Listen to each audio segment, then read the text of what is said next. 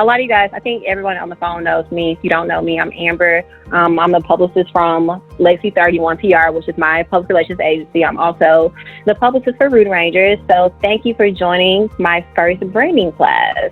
Yeah. And so I think we all know each other, but if we don't, if you could just, say your name and say your brand. So I don't want to take up too much time, but say your name, your brand, so we can get started. And we can start with, let's start with Rudy.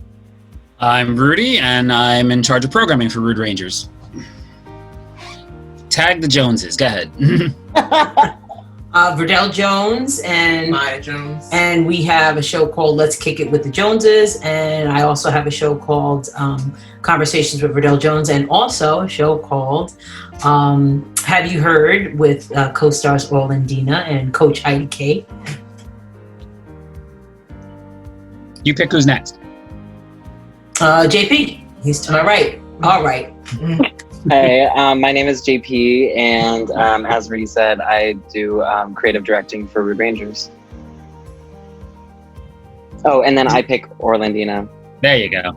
Hi, everybody. My name is Orlandina, and I have a company by the name of The Fitter Woman. I'm the host and executive producer of Muscles and Stilettos, and soon coming, Notes to Natasha, and I'm also the co-host of Have You Heard? Okay, thank you. Who do you pick next, Orlandina? Oh, Steve, the medium. The medium. Hi, I'm Steve, the medium. I talk to dead people. I'm Steve the Medium, and my show is actually Steve the Medium, where I do tarot readings and also channel people's deceased loved ones to give them messages of hope, of healing, and being able to help them move forward with their lives so they can embrace their lives. Cool. And you pick next. I pick Alyssa. Come on, birthday girl. I had a feeling that you were going to pick me. Oh, maybe you're psychic too. I was like, see, I'm rubbing off on you.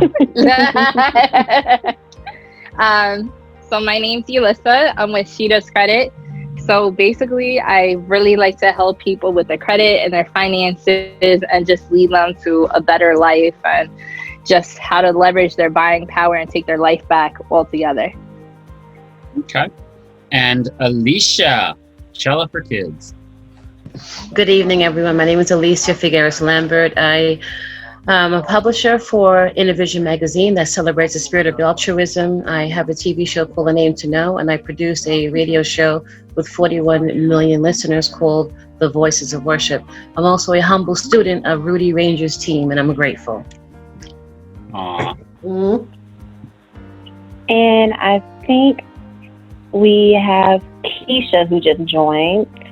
And Keisha, can you just give us an introduction, your name and your show? That'll be great. Hi, everyone. Good evening. My show is called Dropping Gems, and it's all about holistic health and the different facets of ourself that makes us a complete person. And I actually interview experts on my show to also help with assisting others to live a holistic lifestyle. Okay, thank you. And so we are all acquainted, so we can officially begin. So I do want to make sure everyone did receive the documents, right, for the Branding Your Legacy outline and today's notes, right? Mm-hmm. Okay, perfect. Okay, so I just want to go over a few little quick things. So classes are October 22nd, 29th, November 5th, 12th, and 19th, and December 5th. And these are all on Thursdays at 7 p.m. Eastern Time. So if you can't make it to a class, just email me prior. If you have my number, you can text me just so I can know. But if you miss a class, I really want to make sure that you're caught up. Or if you have to leave early, I want to make sure that you're caught up. And I want to make sure you have everything, because there will be homework on all classes, after all classes. And some classes will feature pop quizzes. And so I just want to make sure that you have all the information. So if you aren't able to make it to a class, just email me or text me. If you have to leave early, just let me know, okay? So let's get started on PR. So I'm going to share my screen, and we should really be out of here usually earlier than 8:30. Yeah, so we should I want to get out tonight, probably around 8:10ish at the latest. But yeah, give everybody enough time to watch the dates and everything else. So let me share my screen.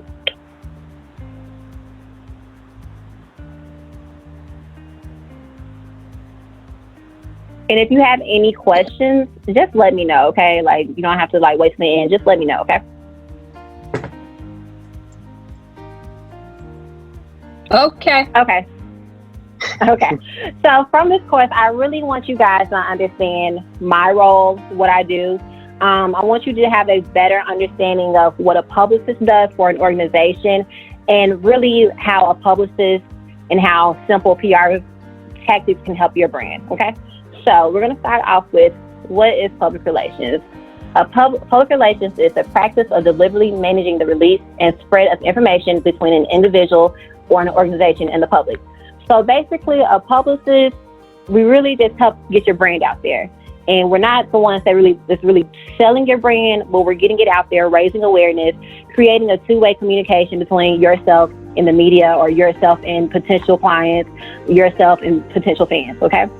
So I always have people ask me, what does a publicist do? Because a lot of people think that we might be your manager, we might be your marketing person, but no, a publicist job is very specific. So a publicist operates the public image of entertainment clients, or if you're not in the entertainment industry, just your organization. A publicist also promotes clients by writing press releases. A publicist also pitches potential news stories to journalists and plans events to raise awareness of the brand. So a publicist basically is just a person who runs your brand. So if you have an event coming up and you need a press release coming out, that's what your publicist does. Or if you want to have an event to help your brand, so if you wanted to have an event, say if your brand is, say Rude Rangers, okay, Rude Rangers Rude Rangers is the brand. So Rude Rangers has an event that we want to get more people to watch our network. So the publicist will come in and help plan the actual event. At the end, we usually do a survey just to see like how many people came to the event, do people like it, what can we do better. We'll also pitch stories prior to the event to make sure that the media is there. Sometimes your publicist might double as your social media manager. So for some clients, I do help with social media, but social media is a whole nother thing. But we are going to touch on social media just a tad bit throughout this course. Before you go on, before you go, so you said sometimes a publicist will do the social media, so that is not part of the job? That is not a part of the job. For a lot of publicists now, we kind of double up as, because social media runs so much nowadays, but the primary job as a publicist is not to run your social media, it's more to run your overall brand. So a lot of times you will have your publicist, but then you will also have like a social media manager that comes in and like connects with your publicist to help you. Sometimes you have your publicist there, but sometimes you don't. But your social media, if your publicist doesn't do it, you can always hire a social media manager. And a social media manager is a little bit more informed and detailed on what goes on with the social media, whereas a publicist would probably oversee more of your brand and whole, but your social media manager will be more direct on your brand. Okay, and just me personally, and I'm going to try hard not to talk too much and take over this meeting, but no, you're fine. Let's just say, because the reality is I don't have a lot of money and I want to hire someone. Like, am I going to look silly hiring a publicist and saying, I want you to also do the social media? Or like, do you know what I'm saying? Like, am I looking weird asking the person to do both?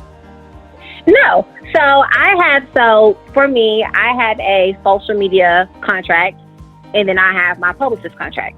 Oh. So with my publicist contract, it's just me overseeing your brand, doing your pitches, if you have any events, things like that. But I also have a social media contract. So say if you want me to come in and get an algorithm going for you, you can come in and start, making sure that you get more followers, more of a fan base, I can do that too. A lot of times the publicist kind of bleeds over to the social media, because it's kind of like, especially during COVID, like social media is like the number one driving force right now.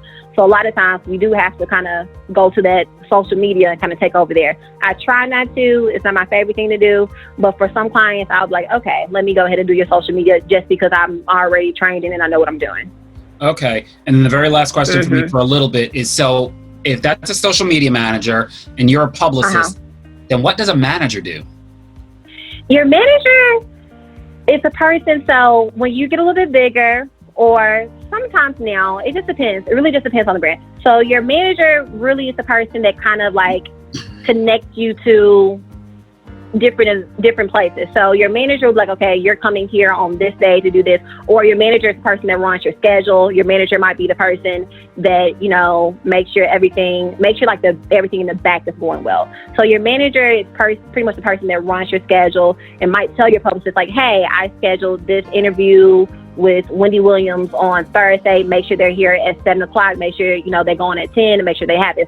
Whereas your publicist will be doing the background, is doing the pitching, making sure that you have the questions prior. Your publicist will make sure that you have, you know, everything you need for the interview. But your manager will be like, okay, so say if you're like Mariah Carey, you're bougie, and you're like, hey, I only want like blue M&Ms prior to the show. That's going to be more of a manager thing. Like, don't tell me that's your publicist, because I'm going to be like, okay, I can give you some questions about what you're going to get interviewed on, but I can't fulfill every single little thing for you. So your manager is really kind of like your brand best friend, whereas your publicist is the person that pushes you more. Understood. Thank you. So does anybody else have any questions?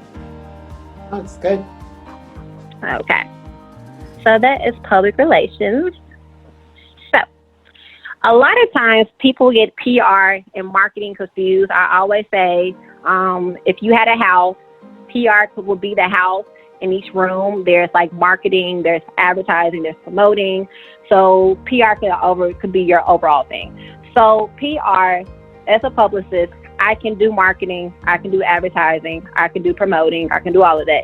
But if I want to just focus on PR as a publicist, my role is to make sure that your brand is reputable in the eye of others. So say if you have a new show coming out. As your publicist, I want to make sure that, hey, everybody knows like this show's going to be a good show. They want to know okay, let me let somebody in really quick.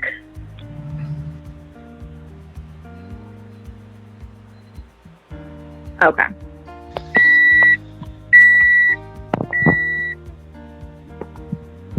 Hi. Hello. How are you? Good. Sorry, did I miss a lot? No, you haven't missed that much at all. no. Everybody, Okay. this is Rabia. She's the new editor for Win Magazine. Hi. Hello. All right. Nice to Keep- meet Nice you. to meet you. Nice meeting you too. Keep it going, Miss Amber. Public relations versus marketing. Okay. So your publicist is really a person that kind of like, okay, hey, this is going to be a good show. You know, make sure you tune into your show. Whereas marketing, if you have a marketing agent and you have a publicist, your marketing agent is going to be the person that's like, hey, this is your demographics. This is what needs to happen. They're going to be more focused on selling the show. Whereas your publicist is going to be making sure that more people are tuning in. They're falling in love with your personality. So your publicist is kind of like a wingman per se. We want to make sure that you look the best no matter what. That makes sense for everybody? So the publicist helps me get the viewers. The marketing helps me get the sponsors and advertisers. In a sense, yes. No, that's the way a lot of people do it like that. Again, for me, for Legacy, I kind of do everything. So you have your full house public relations agency, which Legacy is. We do everything. But if you were to go to a marketing agency, they would be the ones that focus more on your advertising. They'd be the ones focused on your sponsorship, where your publicist will be like, okay, how do we get more people to watch? They'd be focused on making sure that you look well in the actual public eye. Okay, Okay. Does that make sense?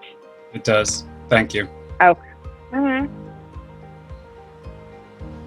Okay. So this is just a little slide. So public relations versus marketing. So say if you have a product, your publicist will be, trust me, he's really cool. Whereas marketing will be like, I'm really cool. So marketing, of course, is just kind of like that on point, just making sure that, hey, everything's good. I'm here. This is what we're doing. Your publicist is like, hey, like, no, watch this show. This show is good. Like, this show appears to your demographics. This show will help you do this. This show will help you do that. That's your publicist versus your marketing. So before we go on to our next section, do we have any questions on public relations versus marketing? In your opinion, I guess where should a newer brand or a newer show be putting their emphasis? On the public relations piece or on the marketing side? Really on both, to be honest, on both. And I'm going to tell you why. Because marketing and public relations work hand in hand. But marketing is more of a focus on the in-house, whereas public relations was more focused on the out-house. So with marketing, you get your foundation together. But when you get your foundation together, that's when you get your publicist and you go out there. So that's why it's really hard as a publicist from the beginning. When I get brands from the beginning, I'm spending a lot of time doing marketing work because I'm getting the brand's foundation laid. And then I get to switch over to the role of PR. So when I'm in the role of a publicist, that's when I'm talking to journalists on your behalf. That's when I'm pitching. That's when I'm, planning events for you. But if I'm focused on the marketing, I'm focused on your in-house. I'm focused on your demographics. I'm focused on what you're doing. I'm focused on helping you find your niche, which they're really like sisters that go hand in hand, but you kind of need both at the same time, or you need someone that can do both. Okay, so I have a public relations person in front of me and I have a marketing person in front of me and I have $5. Do I give them each $2.50, or based on what you just said before, I probably need to give it to the $5 marketing person first, because even though you're, like you said, they're hand in hand, yeah, the marketing part first. Yeah, because you want to, that's just the reality of it. You want to make sure that your foundation is together. So marketing really does help you lay your foundation together, because what happens is I sign contracts, I spend a lot of time making sure that your brand is together on the inside. And so the thing about marketing and public relations that sets them apart, there's this thing in PR that we have called two-way communication. So two-way communication is making sure that it's you and it's your fans, it's your potential clients. We're making sure that that person gets the message across. When marketing is more one way, it's just making sure that you're okay. You make sure that your foundation's laid. PR is two-way, marketing is one. Okay, thank you. Okay. So marketing helps you to bring in the advertisements, the sales, and all of that. It gives you something, it gives the public something to hold on to gravitate towards, I guess. So in the sense of giving the public something else. So marketing will be more for you, okay? So marketing will be more for you. So yes, if you wanted the advertisers, sponsorship, if your publicist couldn't do that, then marketing, if you have your, say if you have your brand, tool, logo, all that stuff together, then I will go more the PR route to make sure, hey, I have my brand together. How do I get my brand out there? That's your PR. Marketing is hey, I had an idea. I want to, I need a logo. I need brand images. I need this. I need that. Marketing is more in-house. So marketing is in-house, PR outhouse. Just think of it like that. Marketing is most time dealing with you and your brand. PR is dealing with your brand, your future clients, your future fans, potential. Is more two-way versus one. So PR is how you interact with the public. Mm-hmm. Relating to the public relations. There we go. Okay. Yes. Got it. And Amber, in your experience, are a lot of agencies, I guess, like you? Because it sounds like you're a one-stop shop. Yeah, pretty much. Okay. Pretty much. So a lot of times you do have marketing agencies that do only for example, I have a best friend who has a marketing agency, and they focus more on your logo, your website, your brand, you just getting your mission statements and all that stuff together. Whereas, and usually what happens with this particular friend, the marketing, they get the brand together, then they pass their clients on over to me, where it's okay, hey, you have all this together. I can now take you to the next level by helping you get those interviews you want, set those events you want, do everything that, you get what I'm saying? So I do now. So once you have, okay. So marketing and PR, they go hand in hand. So, I'm not going to say they're the same thing, because a lot of times publicists, we get offended if you call us marketers. Marketers get offended if you call them publicists. It's a whole thing. But they're almost the same thing. But public relations deals more with the public. Marketing deals more with your inside. Understood. The inside of your brand. Thank you for clarifying that. I really didn't know. Yeah. Because you always see it together, but you never knew. I never knew. Well, I didn't. Well, and that's the thing. A lot of times, so a lot of public relations agency nowadays, there is that focus on public relations, advertising, sponsors, social media management. So a lot of us, we're skilled at all of that, but it's just a lot to do.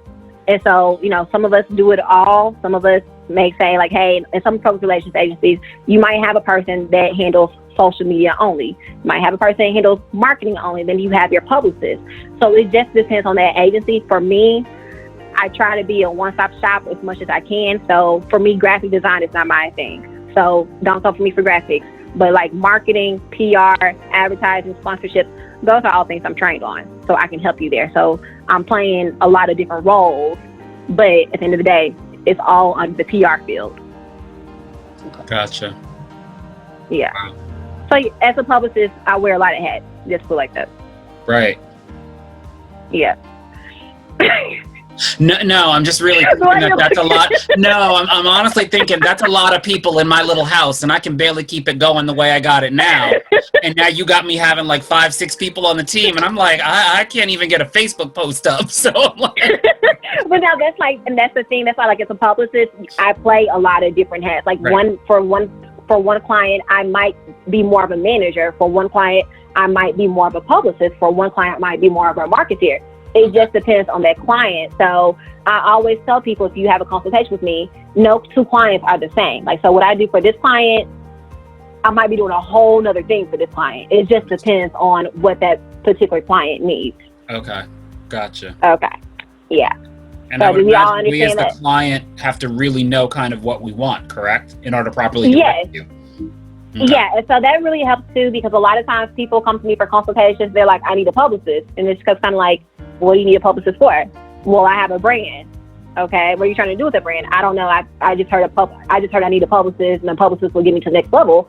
Well, before I can even begin to get you to the next level, I have to know that your brand is secure. I have to know that your brand foundation is laid. So a lot of times you might go to a marketer person to get that done first, and then come to a publicist. But if you don't have that, I can do that. And I never mind. It's just a part of the job. Mm-hmm. Okay. As a question, so when you're first starting out, hey, I've got this show, or I'm starting a show, it would be, you'd be focusing more on the marketing first and then the PR after? Is that like the way the life cycle goes? Right. Yeah, because you're focusing on like getting your mission statements, getting your core values, getting your logos. There's some people who come to me, they just have a name of something they want to start. They just have an idea. And so I'm like, okay, well, we don't have pictures, we don't have a logo, we don't have a mission statement, we don't have anything. So before I can even get you an interview, even with your local news station, I have to make sure your foundation is secure, because when those journalists are looking to interview you, or people are looking to come to your events, they want to make sure that everything's secure. So you can't bring people to like an incomplete house. Like, it's not going to work. Mm-hmm. Yeah. So before I even get to the PR work, I'm more focused on marketing there. Okay. So marketing is the thing that really just kind of like, it lays your foundation. PR is what pushes you out there. Okay. Okay. Anybody have any questions? No? Okay. Does everybody understand so far? We do. Okay. Or I do. Yeah. Okay. Okay, I do have one question. So, Okay. either today or by the time... Yeah, stop laughing at me, Jones family. I see you. I'm giving you the side eye. Anyway, Miss Amber, so either, I guess maybe by the end of today, or maybe by the end of this whole, however many weeks this is, am I going to have a better handle of, I guess, when I'm ready to hire somebody like you? Yes. Okay. And the thing about Rude Rangers is most of you all already have all this stuff together. So by the time you have a consultation with me, or you're you're like, hey, I want to talk to Amber, you already have that stuff. You might not know that you have the marketing done, but you have the marketing done. Okay, You're just I'm ready to feeling go like get I don't out have there. the marketing done. So thank you for saying that. Yeah. No, like if you have the basics, Okay. I can run with the rest. But even if you don't have the basics, I can start there too. Okay, because you got me sitting here feeling like I hired a housekeeper and I got to clean my house first. Like, that's how I'm feeling right now. Well, that's usually what I do. Usually, I clean the house a bit so she cleans it more. That's what I'm saying, right? That's how I feel right now. I'm like, I really got to get this together.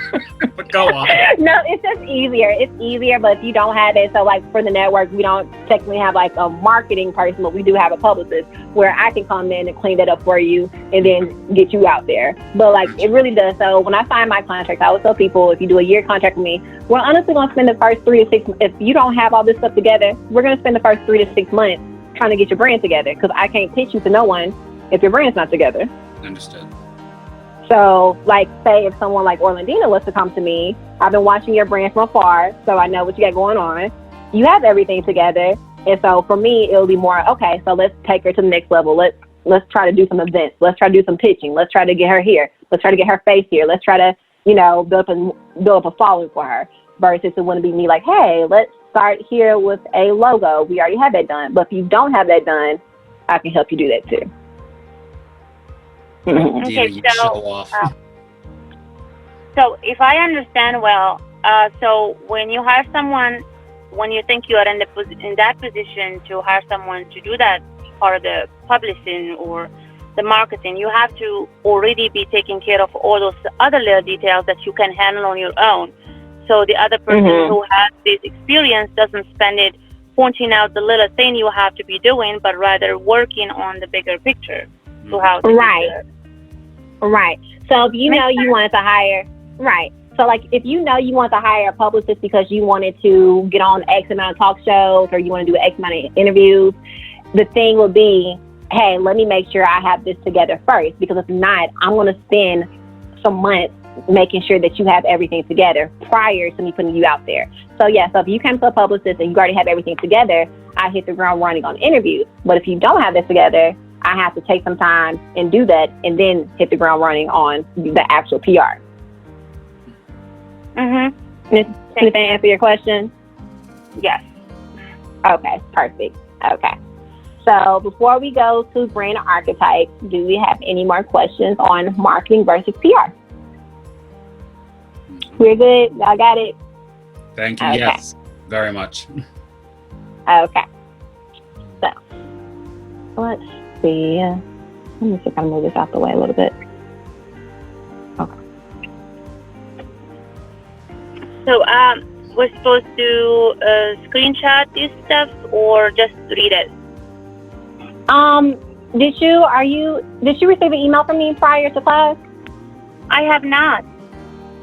Okay. I don't know. I think you're on my list. So if you're not, can you send me a chat with your email and I'll make sure you get all this information? Okay. So I have sent out notes. Yes, I sent out notes and everything. But if you send me your email, I'll make sure you get this information. Sounds good. Thank you. Okay. No problem. Thank you. Okay. So next we have brand archetypes. So there's 12 brand archetypes, but let me first read the definition. So archetypes are the heartbeat of a brand because they convey a message that makes customers relate to a product as if it were actually alive in some way. They have a relationship with it and care about it. So just to kind of summarize the brand archetype, when you love a brand, you have some kind of connection with it. So your archetypes basically make sure it's a structure to make sure that you have a connection with the brand. So there's 4 groups of archetypes. You have your fourth spirituality, which is more your spiritual kind of brands. You have your archetype that leave a legacy. You have archetypes that provide structure, and you have archetypes that pursue a connection.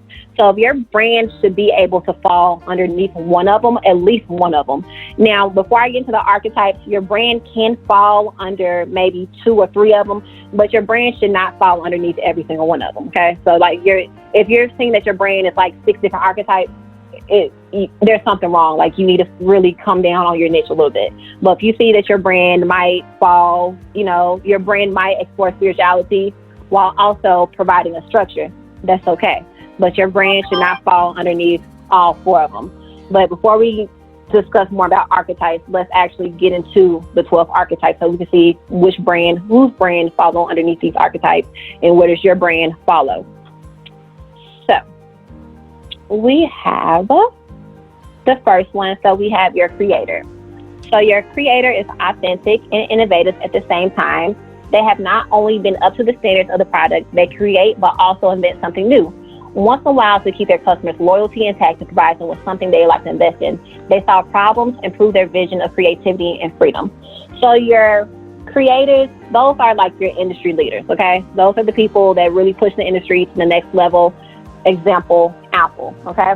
And so with the creator, there's also the need for, they're always searching for something new. They're always like very innovative. They're very unique, always come with a new, unique message. Like, hey, like it makes you kind of say as a consumer, hey, I really want that. Like, that's a new product. I've never seen it. Like, I have to have it like yesterday. So Apple is one of them. Can anybody else name a creator, archetype they think that's a creator? Microsoft. Okay. Can you tell me why? Why? Because they're constantly putting out new products. They explore new platforms. Not only do they have Windows for PC, they came out with Xbox as a gaming console. They came out with the Windows Phone for mobile. So that would be them as a creator. Okay. So that's correct. So Microsoft would be an example of creator. They're creating new. They're the industry go-to. Like how Apple, Microsoft come up with new things every year. Apple comes out with a new phone every year. We go run to buy it really quick. We don't even know what the phone does. We just know it's Apple. We know it's going to be something new. We go straight to run to it. So that's what your creator is. Question on the creator? No? Okay. So your next will be your Actually, wait, I do have a question. Are you naturally a creator, or can you become a creator? You can become a creator. Okay. You can become a creator. So, but here's the thing. If you don't enter the industry as a creator, you have to do something. I'm not saying go out there and do something that's crazy, but you have to do something that's a first to become a creator, or you have to put it on the next level. So like Apple didn't invent cell phones, but like we love their phones for some reason. Like they have done something to their phones that make us like all want an iPhone, all want iPads, want MacBooks. And so, you know what I'm saying? Like they kind of the marketing though, right? That like that was really their marketing component, because they figured out how to make us want it. Okay, gotcha. Would you consider Oprah to be a creator? Oprah? Yes. Yes. Yes. Oprah can go into a couple of different ones, but we'll get into those. But Oprah, in a sense, yeah, because with OWN, even with her talk show, the Oprah Winfrey Show, yeah, Oprah could be a creator. But I think I have another one. Yeah, I do have another one, Sage, that kind of ties into Oprah too. But Oprah can definitely be an industry leader. Tyler Perry, people like that, Beyonce can be creators, if you want to put it in that kind of sense. Okay. Any questions on creator? So if I understand well, so it's sometimes you can start with one idea, and from that one idea that's well done, even if it's a small idea, you can branch out into other ideas. For example, like someone can start writing, they can be producing a show, they can be in a show, they can be in a, like, you can be, if you have the personality of a creator, or you have some sort of creativity, you can channel it in so many other ways. That's what you're saying. Right. And if you have the money and the marketing, then that's even better, because that does some of the work for you to get your work out there. Right. Well, to get the work out there, that's when you would go to your more PR route, because remember, when you're going out external, that's PR. Marketing is more in-house. So PR, that's external. But yeah, so I get what you're saying. Yeah. So like, say you have a show idea, but it's something that like it's never been seen on TV. Like, for example, I don't know if any of you watch Lovecraft Country. That's the new show, and everybody's raving about like how there's never been a show like that before. Yeah. That show can now be called like a creator, you know? Gotcha. So that was the industry leader, that person or that brand that did something no one's ever done before, or if it wasn't done, they did it in a way that has never been done. Oh, okay. Right. Okay. And they spun it around. So almost like So almost like how Black Panther kind of revolutionized the idea of like an African American superhero, and then all of a sudden that became like the rage. Okay, I get you now. And it just starts the trend. You're a trendsetter. Yeah. The creator is a trendsetter. Yeah. Like when you take those movies where it was always about the fairy tale ending, and you get the movie where, you know, the villains are funny and interesting, and you actually hear their story, how they became so evil. And there's like a different perspective if someone picks an idea that's not, removed, like it just hasn't been done over and over again, and you give it another flavor or something. That's a creation of a new product. It doesn't mean necessarily you can just be a producer and a singer, writer. Just has to be a niche, something that right. It's something that the market hasn't seen before. Mm-hmm. Okay, now I get it. Yeah.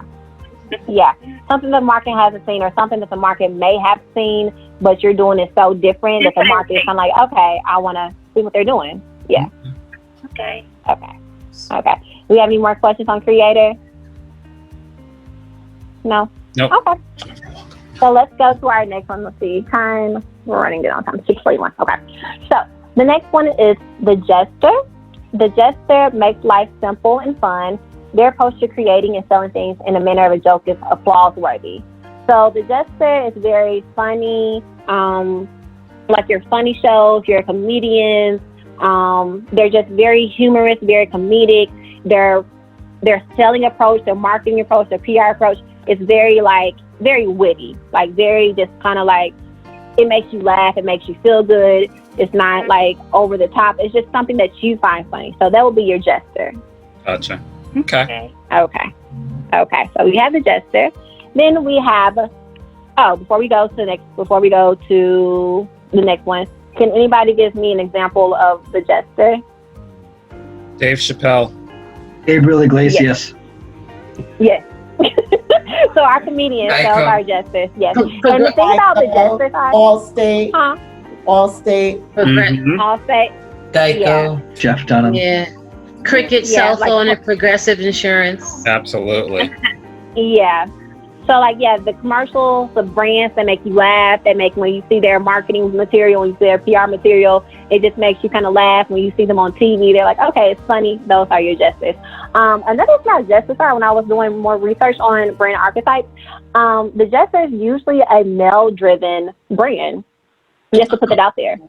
Yeah. So just put it out there. Your Jesters are usually male-driven brands. It doesn't mean that it can't be a woman-driven brand, but a lot of times it falls underneath male brands. So that's just something little fun to know. Little fun thing to know. Fun fact. Yeah. Cool. Yeah. Little fun thing to know. Okay. So then next you have your Sage. So your Sage talks about wisdom and truth. Kind of like, it reminds me of actual sage, like sage that you burn. It's for protection and to get away all native stuff. So your Sage is really about, wisdom and truth, knowledge. It provides you with intelligence and solutions. Your Sage, they're really always seeking the truth and the right. They're thriving on knowledge. But here's the thing. They thrive on knowledge, but they also want to share knowledge as well. Mm-hmm. So you have your knowledge, but you want to share it to others.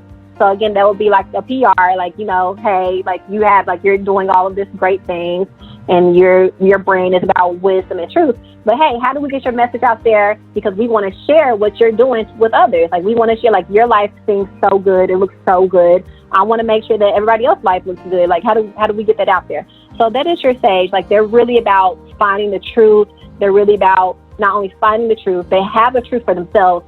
They get the truth, put it out there. They will always want to share their knowledge with others. That's Verdell Jones to a T. And that's what her show Conversations is all about. Wow. Okay. Mm-hmm. So, that can be our example. Okay. So, yes. I also see Orlandina in that way too. She talks about, all the stuff you need to live healthy and teaching, and also all those words of empowerment that she gives as well. I remember when she did that at the event that we did in February, those really strong words of empowerment. So I would look at Orlandina as the Sage. Mm-hmm. Yeah, I'm writing that down. And I see some other ones, but definitely I see the Sage. I think of that mother has lived. That kind of that mother has lived. It's funny? Yes. Orlandina, I see you, and you're probably right, Steve. I see you, Orlandina, almost more as a bit of the creator, because you have this, to me, level of perfection in terms of health and wellness and physicality, but you are so creative in it, in that you make it seem attainable for somebody like me, which to me is like, that's almost like the creator, and you also make me want to do it. So that's why I kind of saw you as the creator in there. Like it's like you really make me want to go to the gym, but it's like, okay, I can really do this. So I see you as like that creator, because you've created like almost that buzz kind of in me. But you are the sage as well. But I saw you a little more creator than I did sage. But yeah, it's interesting. Whereas I just saw Verdell as straight sage. Yeah, that mother. That's like and whenever I think sage, I think matriarch, and I think the one that has that just shares. So when you're looking at Verdell, just all of this wisdom that she's obtained, and mother has lived. Like let me show you how you can do it, and let me show you how to get about it. Right, and you're solving my problems. Solving my problems, definitely. I think Oprah. Right. Oprah, Iyanla. Yeah. And I have that one, the first name thing going on. Verdell. Yes, you do. You don't even need your full name. That's right. Me. Orlandina, aren't you also a teacher? Verdell. That fan. Orlandina, aren't you also a teacher by day? I am. I'm a teacher by day. Right. So that would really fit in for you being the sage as well, just because your day job. Yeah. And I feel like you. But you know what? I think the caregiver. Oh yeah. Scroll down, that caregiver. Yeah. No, we haven't gotten there yet. Orlandina, you're jumping ahead. I'm sorry. I like it. This is like so fascinating. Yeah, we're educated, so we read ahead. Yes. We read ahead. You read the last page of the book first. Get ready for the homework. We're ready for the homework. That's right. They want extra credit. Okay. They want extra credit. Right. Like let us get there first. But no. Before I go on to the next screen, but I was going to do this at the end of this, but since we've already kind of started, so we've kind of said Orlandina is a creator. She can also double up as a sage. Also remember, your brand can be 2 or 3 different ones. Like your brand does not have to be held accountable to just one. But if your brand is like 12 of them, we have a problem, okay? Your brand can't be all 12. But if your brand is like maybe 2 or 3, let's keep it like that, okay? Yep. So we have, who else on the network can also be a creator? Rudy. Yeah, actually Rudy too. Yeah. Doing something different. Yeah. I see more the jester. Gesture, I mean that too. Yeah, I think I'm a stronger jester than I am a creator, but I can see that. Yeah, definitely. Well, I say creator because you created Rude Rangers, right? You created something that now has such a variety that not many other places have. That's why I see more of you as a creator. I definitely see you as a jester as well. That's a good point. I would say Rude Rangers could definitely fall under the creator brand overall. Right. But like your show is the jester, yeah. So we're voting Rudy as the jester? Yeah. Okay. I would honestly say that I'm the jester, but I could see the Rude Rangers brand as a whole, like brand being creator. Yeah, creator. Yeah. Okay. Definitely. Okay. So let's go to our next screen. We have some more. So we have the innocent. So the innocent is really just safe, positive. This is a brand that really just wants you to trust them. Like really just all about trust. It's really about positive energy. It's happy, it's pure, and it's wholesome. So an example of the innocent will be like Dove. It's very, the commercials, they're very positive. They're always doing, if I'm not mistaken, they're always doing something with like the birds or some kind of animal. It's just really like, just trustworthy, makes you want to, use their products. So I see Christian leaning towards the innocent. Yes. And I think she also has the sage in her as well. Correct. But I see her stronger as the innocent. Yes. I definitely see it. Keisha. Innocent and sage. And also caregiver. Yes, definitely caregiver. You're like, we're going to get that caregiver. We're not there yet. I know. I'm sorry. Okay. I'm going to go back. I'm going to pretend I didn't see it. I'll unsee it. But no. Orlandina reads the last page of a book first. We have Keisha as the innocent. So can someone give me another brand? It doesn't have to be on Rude Rangers, but another brand that's out there that can also be the innocent.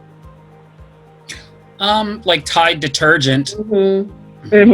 Downy. Yeah. Downy. Yes. Yeah. Snuggle. Snuggle with the bear. Yeah. Snuggle. The little bear. Yep. Yeah. Snuggle. Okay. Okay, so yeah, those Bounty. all under That's the interesting. innocent. Yeah, those are all cleaning brands. It's funny, but yeah, they stay positive. Want you to feel safe using their products. So yeah, this definitely okay. So the next we have the lover. So the lover is completely emotional, passionate. It's all things beautiful. All things love. It just doesn't have to be romantic love. It can be platonic. It can be family, spiritual. But it's really, at the end of the day, it's all about love. So my example, I have Chanel. Does anybody else have an example, or anybody has an example Burdell. within Rude Rangers? Any perfume or cologne company. Correct. Yeah. Love. Yes. Mhm. Yeah. One of those really expensive sports cars, like a Maserati or something like that, where you just have to have it, and that's what they want you to have. Right. I'd also say Keisha as well. I mean, I would see that as her. Yeah, the lover. Mm-hmm. The The lover. Yeah, well, because I mean, the shows I've watched of Keisha's, Worry too. she always looks beautiful. She presents herself well, and she's very passionate with what she does. And there's like lots of like shiny, blingy things around her, but you could just say like when you look at her show, it just looks very beautiful, and also the way she presents herself. Oh, okay. Thank you. Yeah. She herself is shiny. Like she comes off well shiny. Yeah, she's a shiny bling. Yeah. Yeah, without the gold. Without the say it again, Keisha. Without the bling, the gold. Not the bling. No, the spirit. Like you come Yeah. off like that. Well, she. No, that's definitely Keisha. Yeah. That's definitely Keisha. Because I tell Keisha every time I talk to her that if I'm having a bad day and I talk to Keisha, at the end of that conversation, I'm smiling and I'm happy. So Keisha can definitely the lover. Mm-hmm. Lover. Would an evangelist like Joel Osteen be considered the lover? No. Mm-mm. I see why you think so, but no. No. I try not. I will want that to go underneath another brand. I see him as more the Another hero. archetype. I see him as the innocent. No, I think he's the hero. And who's that? Wait, Joel who's Osteen. that? Who? Rudy, I said I see Joel Osteen as the hero. Okay. Him being the Who lover. said Joel Osteen is the lover? Who said him is the lover, and why? Alicia, because he portrays passion and he's emotional and he, tries to portray that all things are beautiful through the Bible. Okay. Okay. So if you're looking at it from that standpoint, I can definitely see where you're coming from. But again, remember, you don't have to only fit in one category. So to you, he might be the lover, also might be the hero. So they can go hand in hand. Okay. So don't just be tied down to one archetype. You can be underneath two or three of them. Okay. Okay. Okay. So sometimes you can be. Sometimes a rebel doesn't mean necessarily something like bad or out of normal. Could Keisha also be a rebel because she's trying something that people are more resistant to try? Some people don't want to believe in holistic approaches and certain things, and she's bringing them out there. So that's a bit of, at the same time, it's done with positivity and innocence. So as people saw Keisha as a lover, I was just trying to make the example as all of these can have so many different meanings for different people. right. And that's why for you, if your brand, you might fall underneath, 2 or 3 of them. So that's why I'm keep stressing, you don't have to fall under just one. You can be the lover, you can be the hero, you can be the creator. I just don't want you to fall under all 12 of them. That's when I have a problem. When you're falling under 4+, that's when we really need to draw your brand back and really just find out what you're doing and how, what is the best way to do it. So we're not falling underneath 12 different things. Okay. Mm-hmm. But so Keisha could fall under, it just depends on who you ask. They might say Keisha might fall under Sage. They might say Keisha might fall under the innocent, the lover, the hero, or, the rebel. It just depends on your viewpoint for your brand or the brand that you're looking at. I have a question. So why is it bad for someone's brand to fall under, 4+? I remember in a conversation you and I once had way back in the beginning that it's best to cast a wide net and bring in as much as you can. So if you fell under multiple ones, wouldn't you be reaching a broader audience? Not particularly. No, because you still, at the end of the day, you have, at the end of the day, with your brand is not for everybody. Okay, that's just gonna be reality. Your brand is not gonna ever be for people from 0 to 65-year-old, both men and women. It's never gonna be that. Okay, and so we want to kind of narrow it down a little bit, because if I can put your brand under all 12 things, what really is your brand? It shouldn't be able to go under all 12 things, because if you're doing all 12 things, that's telling me your brand is too busy from the get-go. So we want to be able to narrow it down a little bit. So if you're falling under 3 things, that's fine. You might be the hero, rebel. You're not going to be the rebel and regular. You might be the hero, the lover, and the innocent. Okay, let's let me know your brand is a safe, loving brand. Whereas you can't fall under rebel and the regular. Like, we can't be a rebel but also be a regular person. Like, you can, but you can't. It's contradicting. So we want your brand to draw in more people, but we want your brand drawing more people within its reach. Like, you're not going to be drawing in people from 0 to 65 plus. If we're doing all of that, we don't have a market. So this is really to help you find your target market. So your target market is not going to be everybody. So if you're falling under 2 or 3 things, that's okay. But if you're falling under like 6, 7, 8, 9, 10 things, that's when we need to figure out, okay, what's going on with your brand? Yeah, we need to figure out, like, we need to pull back a little bit, cut some things out, and go from there. Okay. If your brand does fall under 2 or 3 things, should you try to identify the one that you lean a little more towards, a little heavier, so you can really better direct yourself? You can. That's a good way of looking at it. You definitely can. You don't have to, but I think already you will find one that fits you a little bit better than the other one. Just naturally you will. But if you have something that's like, I focus on this 49%, I focus on this like 51%, they're going to be similar. Like, you might be the lover and the innocent at the same time. They might be kind of interchanging, but you might have the same thing, throughout. Yeah. But yeah, so like you would naturally more have something that you focus on a little bit more. Right. But if you have 2 or 3, that's fine. If you want to narrow it down to 1, but a lot of times it's hard for people to narrow it down to just one thing. No, I'm not saying narrow it down to 1. I'm just saying, for example, let's just say I fell into the lover and the innocent, but maybe I was a little stronger as a lover. I'm just going to say that. I don't care. So would it make more sense as I'm like building out all the marketing stuff to really play up the lover aspect of it with elements of the innocent in it, Yeah. Okay. That works. Yeah, it makes sense. Okay. Yeah. Just from a strategic point. That's where I was going with it. Yeah, definitely.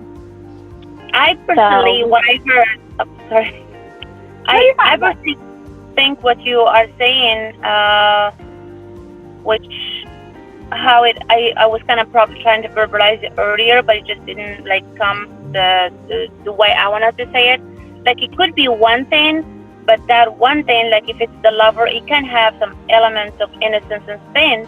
But we have to know exactly what are we targeting, who are we talking to, and if we're focusing on 12 things, then something will suffer, something will fall in the cracks, something will not get its right. And the more people, the more it's easier to put research and time and attention to one thing, and let those little things that comes with it be complemented without being emphasized.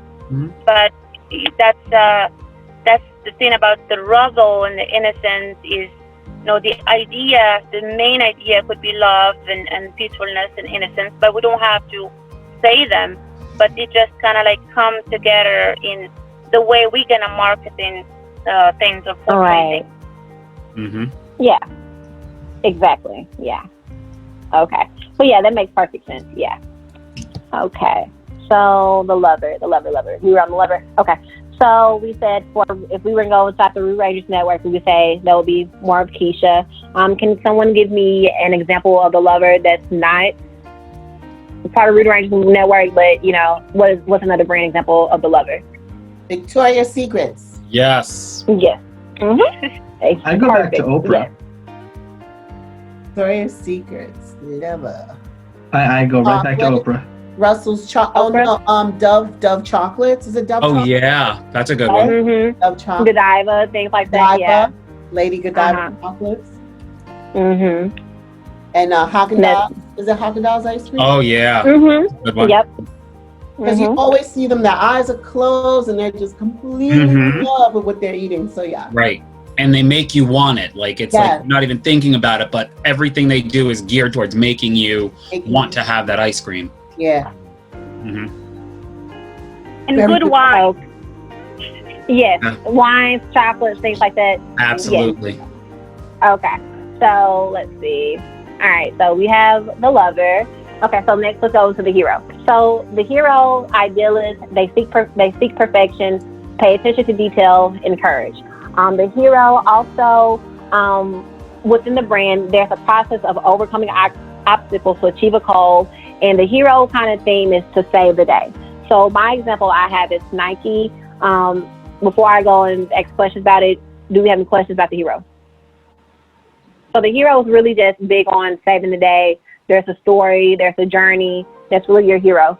My example is Nike. Can someone give me an example of the hero in Rude Rangers, and also give me an example of heroes in, brands that we use in our regular day life? So I'm going to go with Orlandina also for hero, because I do see that she has a very strong attention to detail for what she does. Okay. I hear that. Yeah, I can see smidges of it. But if you ask me what I lean towards, We know, caregiver, we know. Yeah. But but what I'm saying for hero, I think in my planning, Correct. I have that eye. Like I want it to be perfect. I want the attention to detail. Right. Yeah. In my delivery, I'm always an idealist. But I think it's in the preparation. Yeah. In the process. Yeah, like there's the obstacle, journey, save the day. Yeah. Yeah. In our that everyday same vein, life. I would also do the Joneses, Verdell alone, and then the family as a whole in terms of the planning and the production, because they put a lot of thought and it shows into their show. So I would say definitely they do seek perfection, and it's very ideal. And they do that also in the planning and then the show itself. Correct. It's completely, because I think that's the only one that I can see where they're showing you what the ideal family. Yes. Ideal family. Yes. So Very aspirational. Hero. That's a hero. That right there shows hero. Like, look, we are a Black family and we are normal. There's nothing wrong with us. I think that was one of my problems with that show, Family Guy and The Simpsons. I know that people love that show. I love that show. People love it. I didn't like it. I wish I tried, but I didn't because I felt like it was so dysfunctional. Right. Dysfunction in society already. I'm like, why are we adding to it? But it's supposed to be. They're highlighting. Yeah. But yeah, I didn't think of it. So we have Family Guy being a dysfunction. So who can give me an example of a hero in like an ordinary brand we use every day? I would say LeBron James. Okay. Yes. That's perfect. That is good. Very much so. Okay. Can you give me like a quick sentence on why real quick? From where he came from, his journey, him creating a school for the needy. He's just been an ideal role model. He is. Okay. Role model. Absolutely. Okay. There's a journey, there's an obstacle here. Okay. Okay. Bryant's brand, same thing. Who's that? Alicia. Kobe Bryant also. Right. That's really good. Okay. So we got the hero down. So let's go. So the opposite of the hero, we got the rebel. So the rebel, changing the game, challenging others without fear. The rebel, you also might hear the rebel being called the outlaw. The rebel lives for a revolution, but the revolution is seen to better the world. My example I have is Harley Davidson. Can anyone give me an example of the rebel within Rude Rangers and the example of rebel in our ordinary brands that we use? Elon Musk. Noah. I was actually just thinking that. Noah. Yeah. I think in our Noah. Noah would be what you would consider against the grain, but not in a negative way, but it's just against its opposite. Yeah. Yeah, and he always wants to challenge your thinking because his thought in his mind is always right. So yeah. Right. Correct. Okay. He's not afraid to say what he wants to say, and Correct. it may not be popular opinion, but Correct. he's not afraid to say it. Correct. Right. Okay. Yeah, his brand is definitely, I would say, Mhm. that's the rebel of rude Yeah. rangers. And he's Okay. always about disrupting the pattern of whatever is going on. Okay. And a rebel in our ordinary lives, something we might use on Elon the regular, Musk. somebody out there. I say Elon And Musk. why?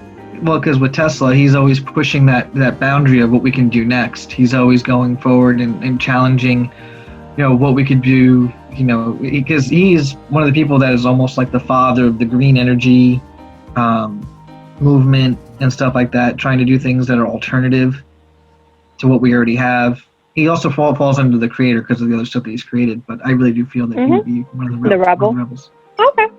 That's perfect. Okay, so we have the rebel. We all understand the rebel.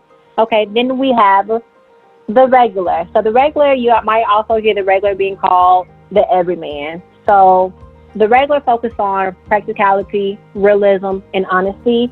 The regular is also very family-oriented. It's simple and wholesome. So anything that's like, it's almost like the innocent, but it's a little bit more balanced out, more practical. It's more family-based. It's more like, things that you do in your everyday life. So for me, I chose IKEA. IKEA is a home store it's a home store. Of course, kind of need that every day. They make things simple for you, things like that. Can someone give me an example of the regular within Rude Rangers? Joneses. Okay. Because that is practical. Like you said, they're family oriented, and Yeah. Okay. Also, honestly, I think Alyssa in the She Does Credit brand. That's what I was thinking. Yeah. Agreed. Yeah. Okay. That can go with that. And an example of the regular within our ordinary brand, celebrities, things we use on a regular basis. Whirlpool, would like appliances fall under the appliances, that's practical things we need on regular. Yeah, that's definitely regular. Yeah, like regular Maytag. or everything. Yeah, Right. Exactly. Yeah. Sears. Oh, yes. Here. What about stores? Like I'm thinking Walmart. Yep. Yeah. Yes, ma'am. Yep. Walmart. Those work as well. Yes. Walmart, Kroger, Target. Yeah, our simple stores that we go to just for our everyday things, definitely. Right. So we have that. So let's go to our next one. We have the magician. The magician, let's see. The magician think out the box, but they bring the box in front of you, give you the unexpected. So the magician also, they're kind of like the sage as well. Knowledge, it's both based off knowledge. Knowledge of both old and new. They're very reflective. They can also be healing, but with the magician, it's very creative. Okay. So I chose Red Bull because Red Bull already, with the wings, thinking outside the box, things like that. So the magician really is the person that thinks outside the box. They're very creative. It's kind of like the creator, very new, but it's a little bit more magical, if that makes sense. Has a little bit more spruce to it. It's not, I'm not saying the creator is boring, but the magician is like, oh wow, like, okay, that's cool. Like from the branding to their product to their person, or if it is a person, it's just very like, okay, this person's always thinking outside the box, but not necessarily in a bad way. I'm just not saying like the rebel's bad, but it's just very new thinking that you wouldn't be like, okay, that's new. Like, okay, I didn't even think of that before. So let's see. I have Red Bull. So can somebody give me an example of the rebel the magician within Rude Rangers? Do we have a magician? Steve, right? Yeah. Steve, right? Yeah. I was thinking that too, but I was like, because I'm actually falling more thinking about my own shows and kind of going over them in my head, I could see myself going into the magician, but I could also see, just like Orlandina, and now I'm not skipping ahead this time because it's on me. The caregiver. You're looking ahead too. The caregiver. Mhm. Yeah. Yeah, that makes sense. Yeah, because it is out of the box. Mhm. What you do? Yeah. Okay. So, do we have an example of the magician within just our ordinary brands? Like something we might use on a regular basis, you know? I had something and I lost it. Would it be like the cosmetic product that makes you look 10 years younger? Mm. Yeah, that's a way. Mm-hmm. That can definitely be an example. That can definitely be an example. The beauty industry, things like that. Yeah. I think the do-it-yourself industry is a real good example of that, because they're the ones who are just taking very common things and turning them into something else that you wouldn't expect to be able to use them with. That's true. That is very true. So yes, that works. So we said Steve for within Rude Rangers, and then we said beauty industry, DIY, things like that. Okay. So next we have the Explorer. The Explorer loves adventure and fulfillment. They're always in search of a new adventure, always in search of something new. Very independent, adventurous. They focus on self-discovery, fulfillment within self, fulfillment within their brand. And there's also a underlying focus on the journey at hand, or a new journey that's coming up. And so for me, my example was the North Face within their commercials, within just their brand themselves. There's a journey. They're always coming out with something new. It's almost the same thing, but it's still new, but there's just a journey within. Let's see. Example of the Explorer within Rude Rangers. Could be Something that somebody. Could be Rudy, because he's trying so many different things, trying to see what works. Maybe. I don't see it, but okay. Latina, Verdea, could be all of them. I'm not an adventurer.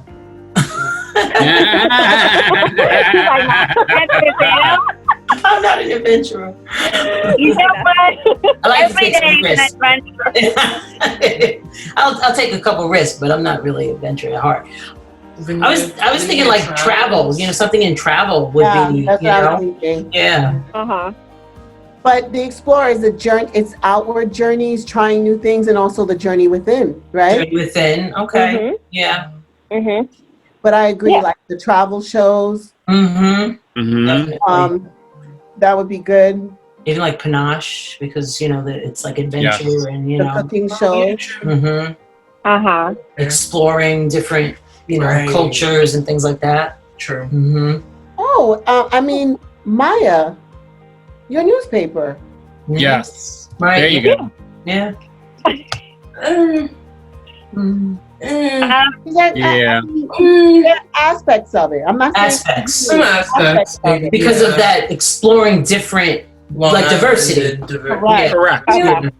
I could see Also, that. you're talking about that's a segment of the population, quite honestly, that gets ignored. So that is actually Mhm. pretty adventurous. Right. Yeah. Do not think about the demographic that Shades of Long Island is actually catering to. Right. Right. True. In the way that it moves. Yeah. Yeah. Yeah, and just the fact that you created it was not the norm, so that was pretty Exactly. adventurous. So that's Right. That's true. Yeah. Yeah, That's true. Okay. See, that is definitely. Explore, and also the creative, being a creative. Yeah. That's never been done. Mhm. Correct. Yeah, that one I Correct. I definitely see that one. So I would definitely say creative and explorer for you, Maya. Cool. Because it's, Mm-hmm. because That it's makes all sense. about, yeah. Okay. I will write that And down. actually, what's interesting in terms of the creator part, I won't take too much time with this, is if you think about it, you did this long before it has become trendy to talk about black and brown issues, if you will. Right. So somebody obviously would start that now with everything going on in the world, but you were way Right. ahead of that. You were ahead of that curve. Yeah. Mhm. You are, No, I'm just saying. No, I mean, I'm sure there are a lot more now talking about it, and this is everywhere. Like you put on CNN, it's like people are talking about it, but you were doing it before all of this was going on. That's true. True. Yeah. I got that. See, So we Hey, have, Verdell. Verdell, that is the explorer. I was thinking it's like it could have the meaning of like physically going out there and looking for things and new things, trying new food, maybe traveling. But I also like saw it in like the emotional, as Orlandina said, exploring in and out, like our journey is trying to explore what's around us, how we feel, new things that we're dealing with other people, like what's going on around us, like things that could be like topics that you've been talking about that maybe people thought about it, but they wouldn't, talk about it. So that's in a way it's adventure. That she's taking the risk that someone may not like what she said, but she's genuinely she cares and she understands she's doing it for the right reason, and she doesn't feel like she has to be put in a box or another thing. You know, Rabia, you're actually right. And honestly, all of us on Rude Rangers actually have a bit of the explorer in us. Because if you think about it, none of us, I'm really serious, none of us do this professionally. That's true. None of us actually went to school to do this. And yet here we are putting ourselves out there in front of the world, on camera, expressing whatever our truth is. So Verdell, you may not think you're adventurous, but you actually are. And you have been for 6 seasons. And think about the discussions you've had and the discussions you're about to have with this upcoming season, especially with Josh, the interview you're going to do with him. If that's not, that's something out of the box. It's adventurous, The adventure, and the I think also just the Rude Rangers as itself, because it's all about the journey. Remember, like the slogan for the for the brand is to live your best life. Everything we do is to help you live your best life. So it's that journey that we take, and each show takes you on a journey of some sort. Right. I like that. That's true. So that is definitely a major part of the brand that we have. The exploration, the adventure, the opening ourselves to new things and a new perspective, and accepting what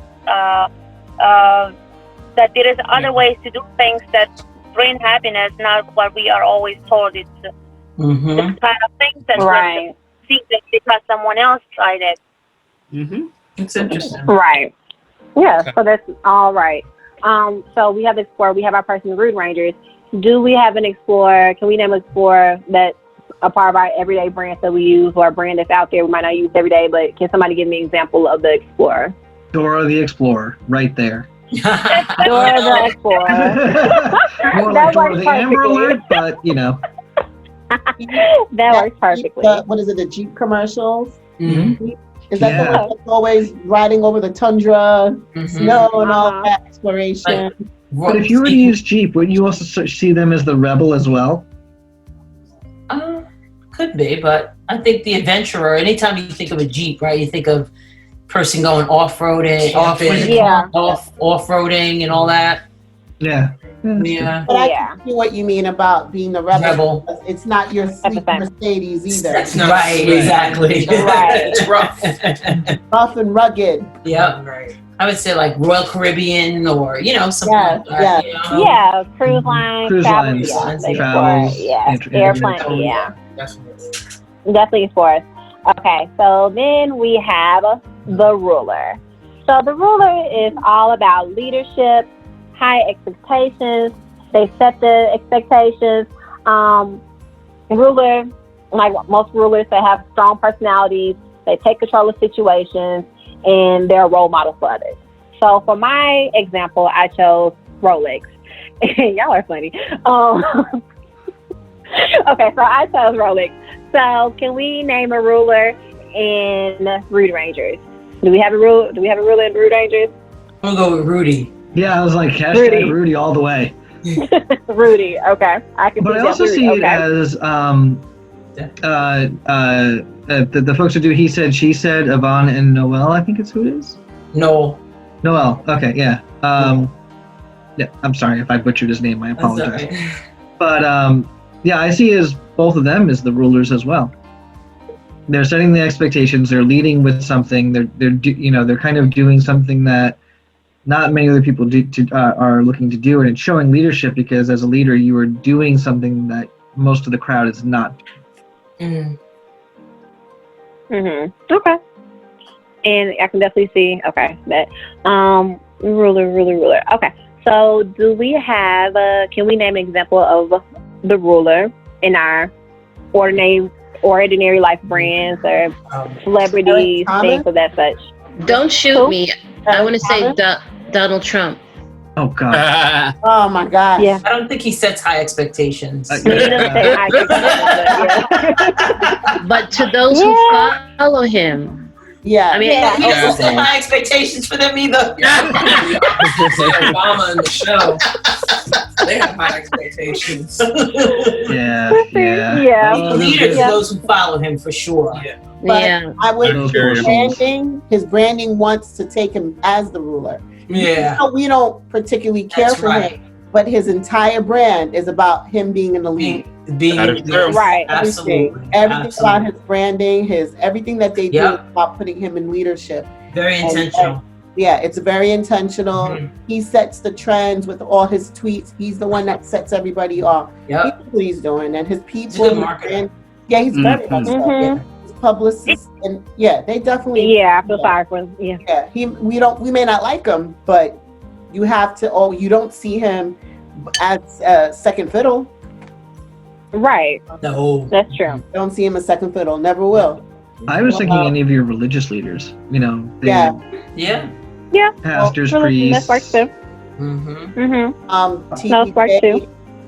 Eric Thomas. Oh yeah.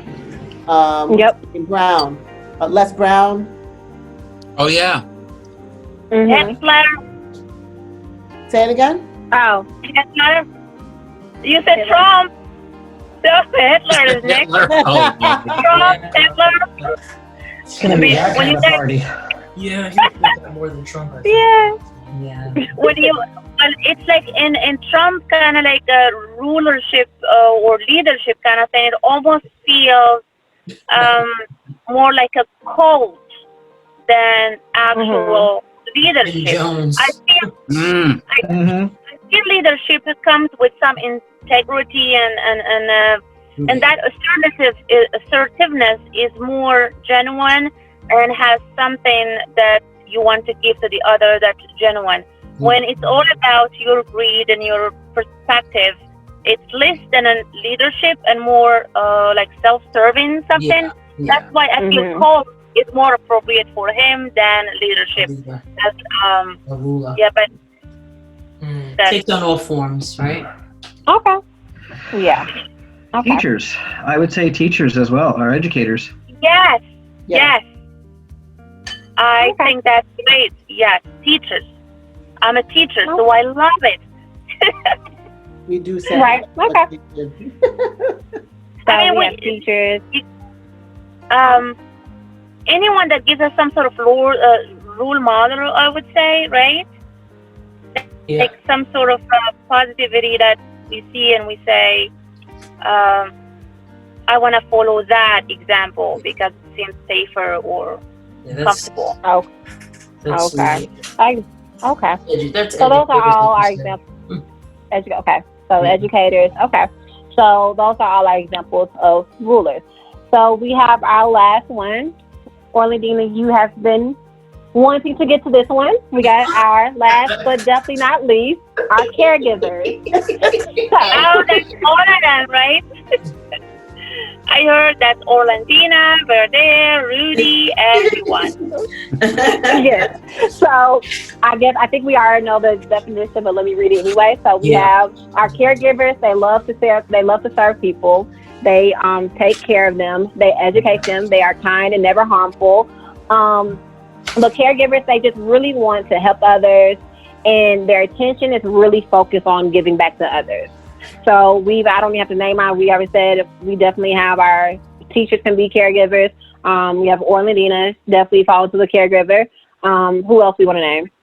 Riddell, Keisha, myself. Okay. Yeah, I think a lot of the brands can kind of go into that that caregiver kind of, a lot of brands on Root Rangers can kind of go into caregiving because we all kind of give back in a way. So yeah, it's all about service. Alicia? Huh? Mhm. Definitely Alicia. Alicia. Okay. So those were our 12 brand archetypes. We are at 8:25 you guys time. So do we have any questions really before I go into the homework? Do we have any questions over any archetype? No? No, Okay, that's perfect. Yeah, I have a question. In regards to the calendar, you said December 3rd is the last class, and that's not a Thursday. And the 5th. This would be December 5th. The Okay. 5th. Yeah. If it All says right. 3rd on there, it should say the 5th. But it should All say right. the 5th. Thank you. Yeah, it should be the 5th. It might be December 3rd. I'll look at it later. But anyway. December 5th is a Saturday, Amber. The Okay, 3rd so is the 3rd. Okay, so I changed it. It's December 3rd. It's the 3rd? Okay. Thank you for catching that. Yeah, December 3rd, that's Thursday. So everything's Okay. always going to be on a Thursday, okay? Okay. Always on Thursday. Yeah.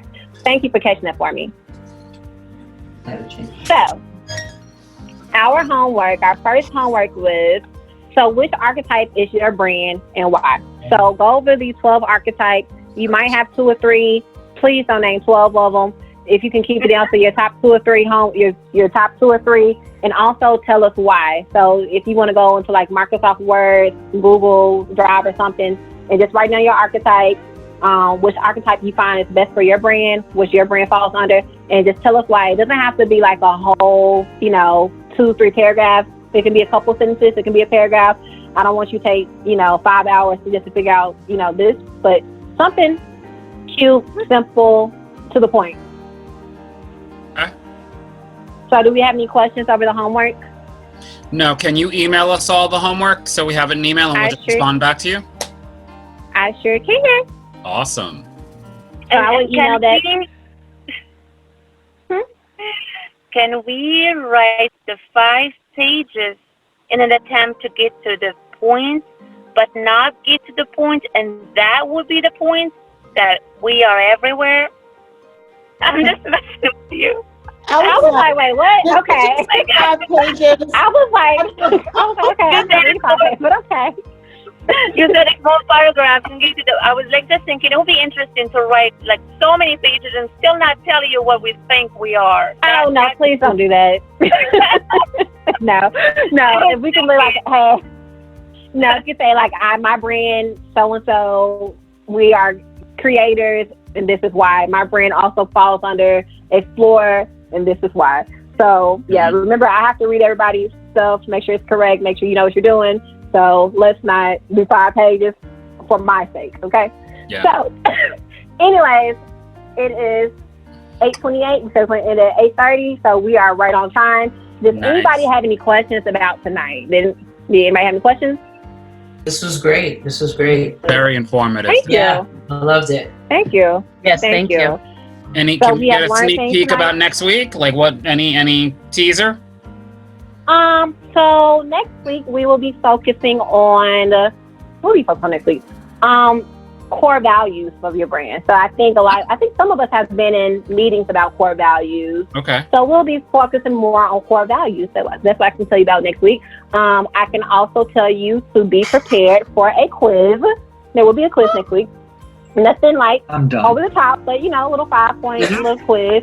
We're there. So yeah. So study your archetype. Don't spend hours on it, but just look over them before our session. I will see you guys next Thursday. Wait, Yes. before you go. Yes. Before you Yes, go. yes, So yes, like what yes, is yes, the yes. so what's the end game? Like when this is all done, I guess what should I expect or what can I hope for when this At the end game, you should really have the foundation of your brand.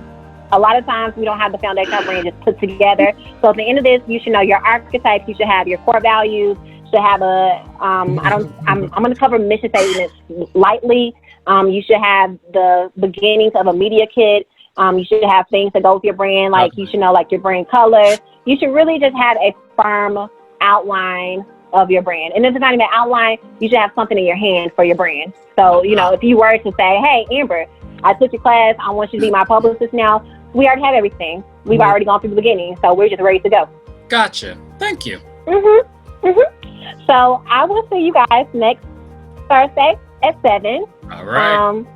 Please have your homework. Be ready for a quiz, and we will get going. So, all right, everybody, have a good night. Okay. Have a good night, everybody. Great job, Amber. Thank you. Thank you. Thank you. This was really good. Thank you. Awesome. Thank you. Night, everyone. Bye.